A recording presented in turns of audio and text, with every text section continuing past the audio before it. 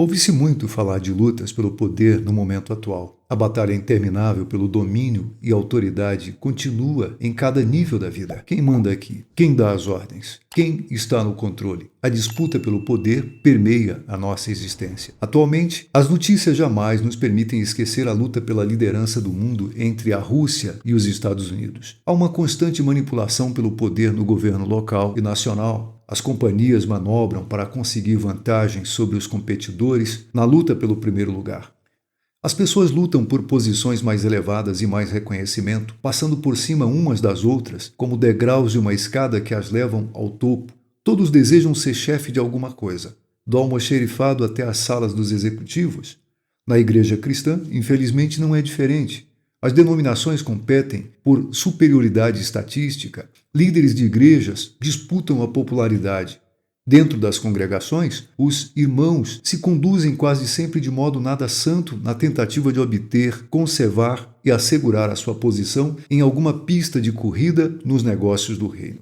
As famílias não estão isentas dessa luta. Maridos e esposas competem pelo controle um do outro de maneiras sutis e abertas. O predomínio é determinado tanto pelo que se dá como pelo que se tira. As crianças são apanhadas nas situações sem saída da rivalidade entre irmãos e aprendem, em tenra idade, a como manipular os pais. As amizades frequentemente se limitam pela síndrome superioridade-subserviência. A vida é uma luta pelo poder. Mas a maior luta de todas se trava entre nós e Deus. Deus assumiu o risco mais temível da história ao confiar o livre-arbítrio à humanidade. Sua intenção era deixar-nos livres para decidirmos a receber ou rejeitar o poder de seu amor. Com o poder de nossa vontade, somos capazes de dizer sim ou não a Deus. Jamais escapamos. A pergunta é: quem está no controle de minha vida? Essa pergunta está diante de nós quando somos desafiados a começar a vida cristã. Devemos responder a ela a cada dia, à medida em que enfrentamos cada oportunidade ou perplexidade. Desejar fazer de Deus o Senhor de nossas vidas e seguir a sua orientação não é fácil. Quase sempre resistimos. Muitas vezes achamos que sabemos o que é melhor e colocamos em dúvida a sua direção. Perdemos a sua bênção numa batalha de vontades. A luta decisiva pelo poder está em nossos corações. Foi dito por um sábio homem que a vida é ou terrivelmente simples ou simplesmente terrível. A diferença está em recebermos ou rejeitarmos o que Deus tem para nós. Precisamos desesperadamente de seu poder, mas muitas vezes obstruímos o canal de seu fluxo ao engajar Deus numa luta pelo poder. Um telespectador fez-me uma pergunta que focaliza o problema. Como cooperar com o melhor que Deus tem para a minha vida? Estou cansado de lutar com Ele. Desejo conhecer a vontade de Deus e trabalhar com Ele, não contra Ele. Temos considerado o poder do Senhor do impossível. Agora voltemos a nossa atenção para a luta pelo poder que se trata quando, por causa de nossos preconceitos e críticas, julgamos impossível realizar o que Ele nos orientou, embora perfeitamente praticável. Perdoar aqueles que julgamos imperdoáveis, aceitar o inaceitável, amar a nossos inimigos, são desafios que encontram uma resistência obstinada em nossos corações. Dizemos não e a luta pelo poder continua. O profeta Jonas é um exemplo típico de uma pessoa em luta com Deus pelo poder. O nome deste profeta significa pombo, porém, Gavião teria captado melhor o seu caráter combativo.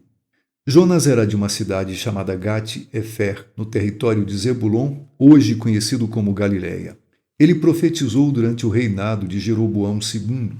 A referência histórica a Jonas em 2 Reis, capítulo 14, versículo 25, evidencia o seu fervor nacionalista. Jeroboão restabeleceu os termos de Israel, desde a entrada de Amate até o mar da planície, segundo a palavra do Senhor Deus de Israel, a qual falara por intermédio de seu servo Jonas, filho de Amitai o profeta, o qual era de Gat-Efer. Foi algum tempo depois desse trabalho que Jonas começou a sua luta com Deus, motivado pelo ódio que nutria para com o arqui-inimigo de Israel, a Assíria. A instrução do Senhor foi bem clara quanto à ida de Jonas a Nínive, a capital dos assírios naquele tempo, para pregar o juízo. A luta do profeta com essa ordem é o assunto do pequeno livro que leva o seu nome. A luta foi registrada mais tarde como a base de uma mensagem perturbadora contra o exclusivismo. A história de Jonas confronta-nos com uma batalha de vontades, a qual muitos de nós experimentamos hoje em dia. Jonas personifica a maneira de questionarmos a orientação divina e resistirmos ao que, no mais íntimo de nosso coração, sabemos ser a sua vontade para nós. Somos um Jonas que sempre acha difícil dizer sim ao melhor que Deus tem para nós. Eu vou recontar a história dinâmica e familiar de Jonas, dispondo de esclarecimentos pouco familiares e que são aplicáveis às nossas lutas com Deus pelo poder. Ao preparar-nos para o que o Senhor quer dizer-nos, gostaria que, com os olhos da mente, nos concentrássemos nas pessoas que achamos mais difíceis de amar. Imagine aí um vídeo na sua consciência. Ponha em cena as faces das pessoas, os tipos e grupos de pessoas que você mais critica e reprova. Pense naqueles que você deprecia, esperando jamais encontrar. Acerca de quem você pode dizer, nunca mais vê-los de novo, é ainda cedo demais, ou, seja o que for que lhe aconteça, é menos do que merece. Essas são as pessoas que se tornaram inimigas em sua mente por causa do que fazem, ou por causa do que dizem, ou por causa do que acreditam. Deus pode ter algumas ordens a respeito dessas pessoas para nós, que hão de nos desafiar a uma luta pelo poder acerca de sua vontade. Foi o que aconteceu a Jonas. Veio a palavra do Senhor a Jonas, filho de Amitai, dizendo: Dispõe-te, vai à grande cidade de Nínive e clama contra ela, porque a sua malícia subiu até mim. O questionamento dele é: Nínive, Senhor? Deve estar brincando. É a capital dos assírios, o centro de poder do pior inimigo de Israel. A luta pelo poder aqui começava. Jonas poderia concordar com a perversidade e pecado de Nínive, mas que lhe importava? Deus, Yahvé, era o Deus exclusivo dos hebreus. A Palestina era o seu reino. O que aconteceria se os ninivitas respondessem e se arrependessem?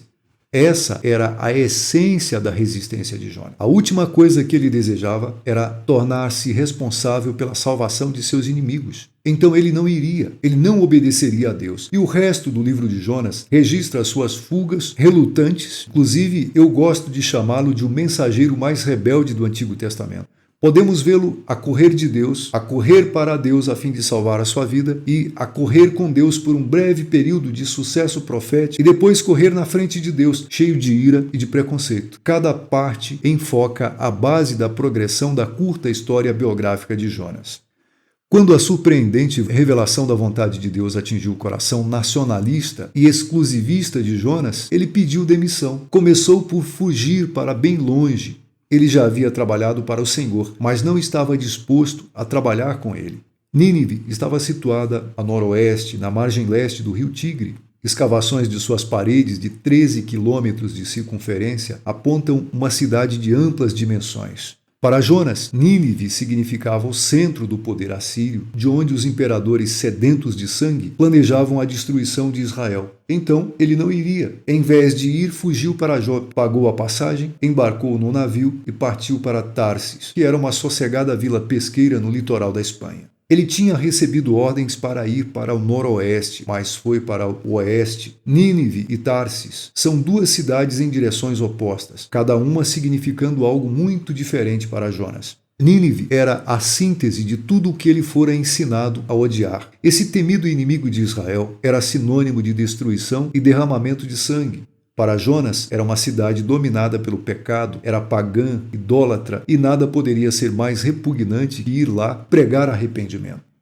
A atitude de Jonas refletia o egoísmo e o narcisismo de Israel. Esse amor próprio e orgulho distorcido estavam excluindo a possibilidade desse povo escolhido ser um agente de reconciliação e de salvação, ou para a salvação do mundo inteiro. À semelhança de Narciso, personagem da mitologia grega, Jonas sofria da doença da contemplação de sua própria imagem. Ele estava comprometido com a exclusividade e o separatismo. Não havia espaço em seu coração preconceituoso para seus inimigos. Na realidade, também não havia espaço para Deus. Ao correr, Jonas pensava poder fugir de Deus. Ele tinha um conceito afunilado da providência, de que o poder e domínio de Deus se limitassem só à terra dele, à Palestina, ao povo de Deus, a Israel e ao povo da aliança. Tarsis simboliza um escape e libertação da chamada e da presença divina.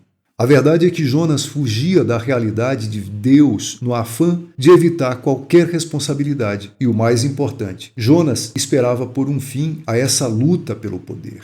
Muitos de nós têm suas próprias Nínives e Tarsis. Nínive é a cidade da obediência e da confrontação. Tarsis é um lugar de fuga e é evasiva. A nossa Nínive é a revelação inegável da vontade de Deus para nós, focalizada em pessoas, oportunidades, problemas ou perplexidades. Tudo o que nossas críticas transformaram em nosso inimigo pode ser a nossa Nínive. Alguns são simples.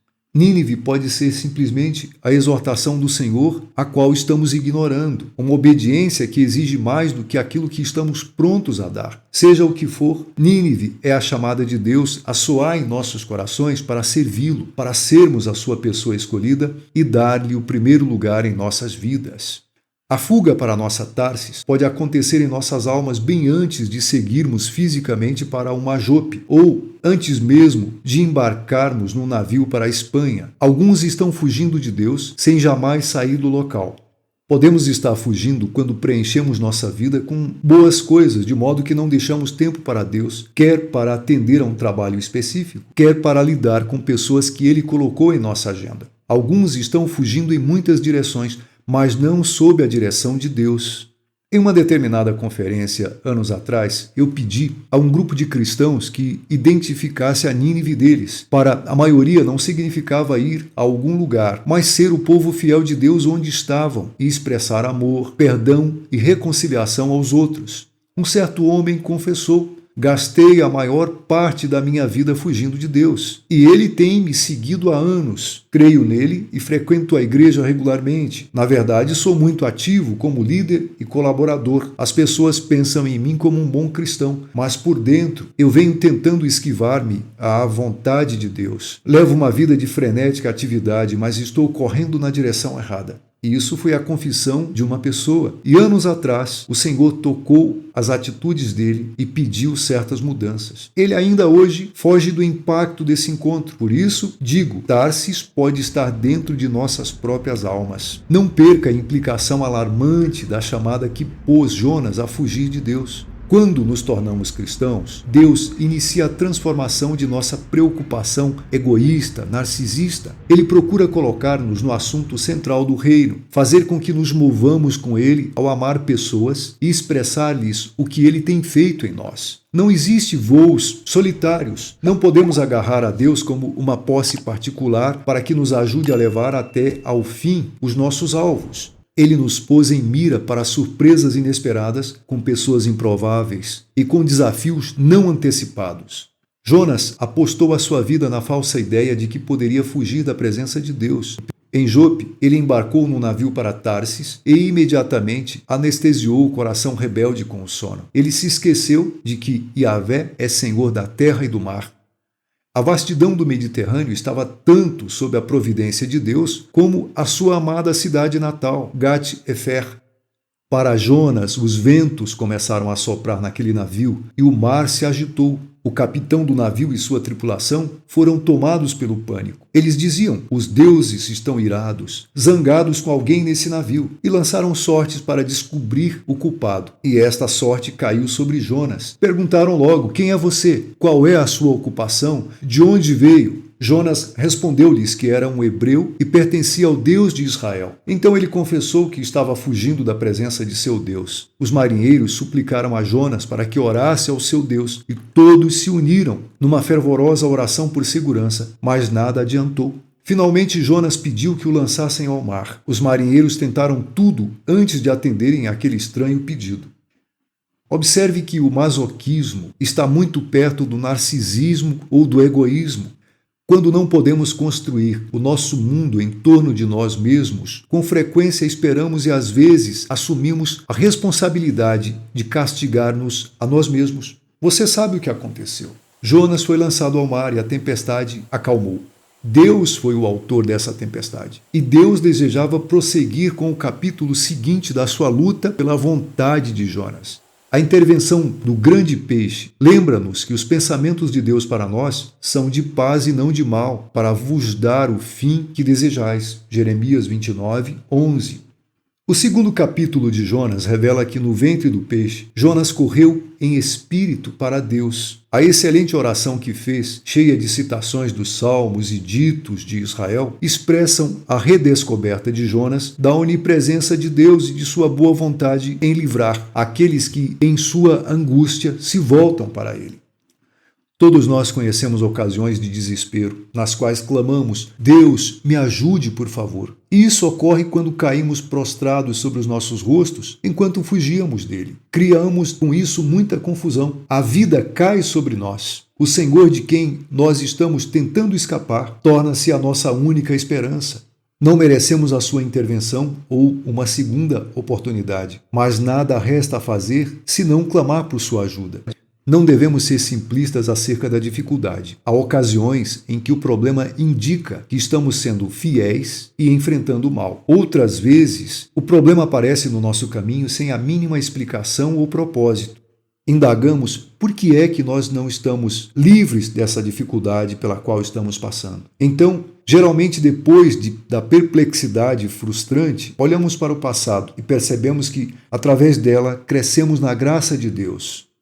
Há também ocasiões em que o problema é um som de alarme que nos leva a correr de volta para Deus, fazendo-nos questionar o propósito e a prioridade de nossas vidas. Às vezes, quando as coisas se desmoronam, percebemos que o propósito jamais foi que elas permanecessem intactas. Estávamos forçando alguma coisa de nossa própria vontade obstinada.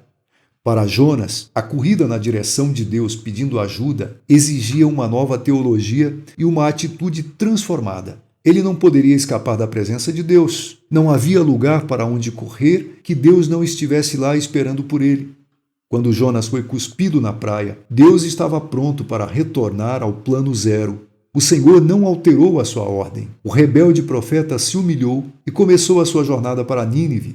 Por um breve período, ele correu com o seu Senhor.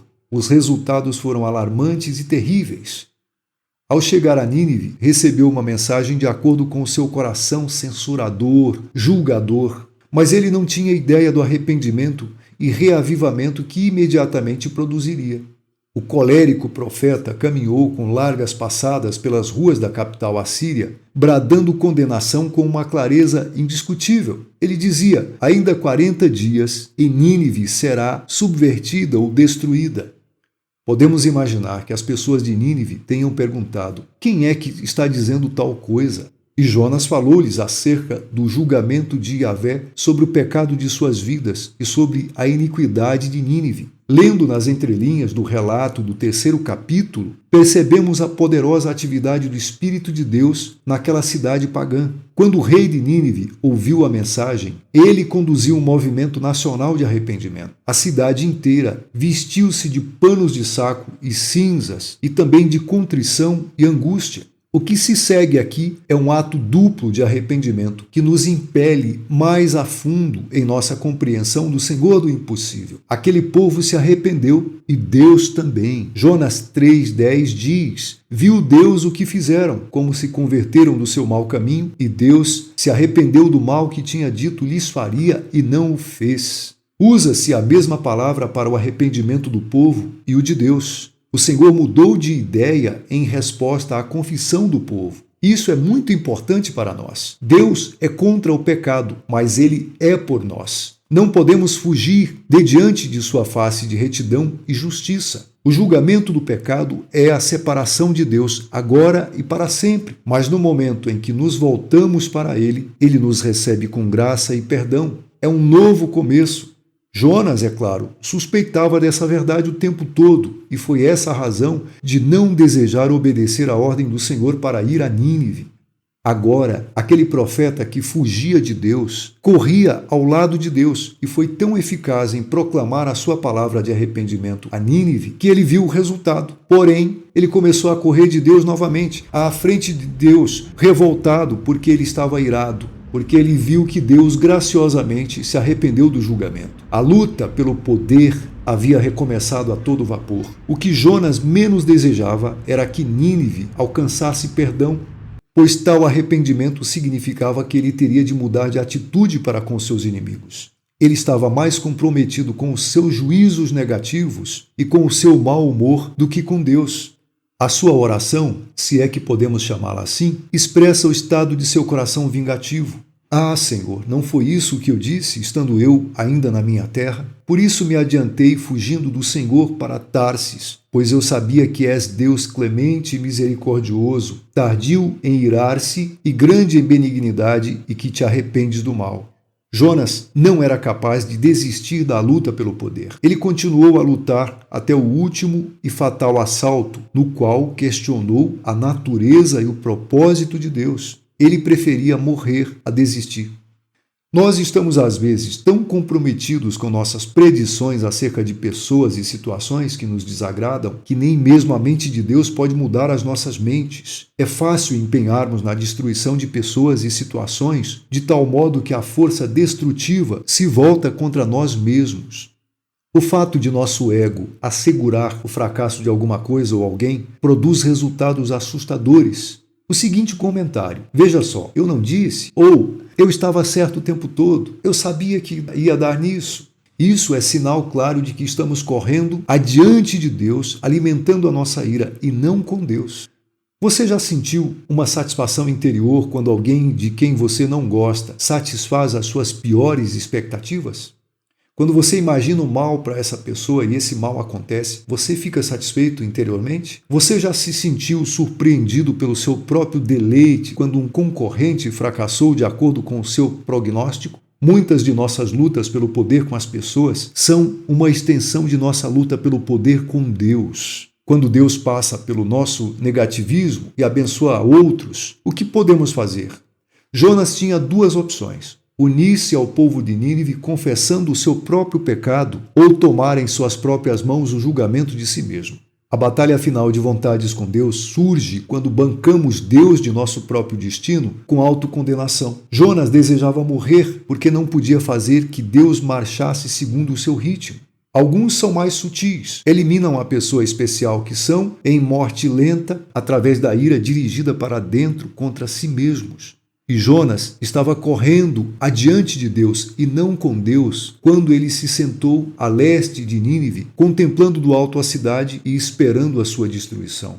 O sol escaldante e os ventos quentes, como de uma estufa, atingiram a sua cabeça, excedidos apenas pelo forno da ira que rugia dentro de sua alma. Uma vez mais, o Senhor tentou alcançá-lo com cuidado e amor. Ele fez uma planta enorme crescer e tapar o sol. Isso satisfez ao interesse próprio, egoísta e narcisista do profeta, porque essa planta fez sombra para o seu conforto, mas não por muito tempo. O Senhor queria, na verdade, era curar o coração turbulento de Jonas e enviou um verme que atacou a planta, fazendo-a murchar.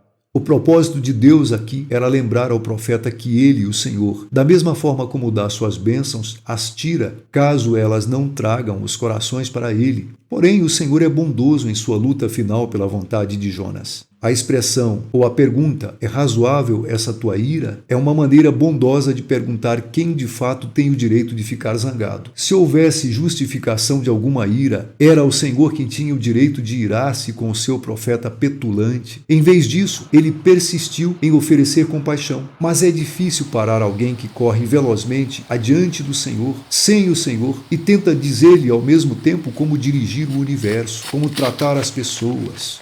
Interessante é que o livro de Jonas termina abruptamente. O que foi que aconteceu ao profeta? Nós não sabemos. Talvez isso seja bom. Podemos escrever o final nós mesmos, como gostaríamos que o livro terminasse. Ou, mais em particular, como desejamos que a nossa própria história termine. Esteja certo de que numa luta com Deus pelo poder, a única maneira de ganhar é permitir que ele vença. As palavras finais de Deus a Jonas são cheias de graça, a qual ele anseia que o profeta partilhe. E não hei eu de ter compaixão da grande cidade de Nínive, em que há mais de 120.000 pessoas que não sabem discernir entre a mão direita e a mão esquerda? O de que Nínive precisava, Jonas precisava ainda mais. Seu julgamento, resultando em ira, procedia da falta de percepção de que ele também devia ser julgado por Deus. O perdão de Deus para ele devia ter produzido a preciosa compaixão de que ele tanto carecia. O livro de Jonas termina de repente, sem essa importante reação da parte do relutante profeta. A história de luta de Jonas com Deus pelo poder inquieta-nos como indivíduos e como igreja. Deus está fazendo algo grandioso no mundo. Exclusivismo e julgamento egoísta são um luxo que não devemos ter. O mesmo Deus que lutou com Jonas e com seu povo Israel, a fim de fazê-los amar a todos os povos, veio ao mundo em um que é muito maior do que Jonas, Jesus Cristo, para revelar sua compaixão e graça. Quando renunciamos à nossa luta pelo poder e aceitamos o perdão de Deus e seu poder capacitador em Cristo, podemos correr com ele para a nossa Nínive. O segredo da vida abundante é que quando sabemos que possuímos poder, a luta pelo poder termina. Uma experiência do poder de Cristo que habita em nós liberta-nos da luta pelo poder com Ele ou com outras pessoas. E quando percebemos que o seu poder que nos foi dado tem o propósito de conhecermos e fazermos a sua vontade, então as nossas lutas se convertem numa paz sublime. Sabemos que somos amados e aceitos. Já não temos necessidade de lutar por vantagem, nem competir por autoridade. Todo o poder no céu e na terra é nosso. Uma surpresa final para a nossa consideração de Jonas não provém da Escritura, mas do quadro de Miguel Ângelo, pintado no teto da Capela Sistina. De todos os profetas, apóstolos e patriarcas retratados pelo grande artista, nenhum apresenta um semblante mais radiante do que o de Jonas. Miguel Ângelo sabia de algo que nós não sabemos? Ou quem sabe desejasse que o profeta conhecesse a graça a que tanto resistiu? Talvez imaginasse que Jonas desistiu da luta pelo poder e se tornou um comunicador do amor em vez da ira. O mais emocionante é que podemos pintar o próprio semblante no teto de hoje e na eternidade. A luta pelo poder pode terminar e um fluxo da bondade e do poder de Deus pode começar dentro e através de nós. O retrato não está terminado. Seu último capítulo ainda não foi escrito. Portanto, louve a Deus por isso.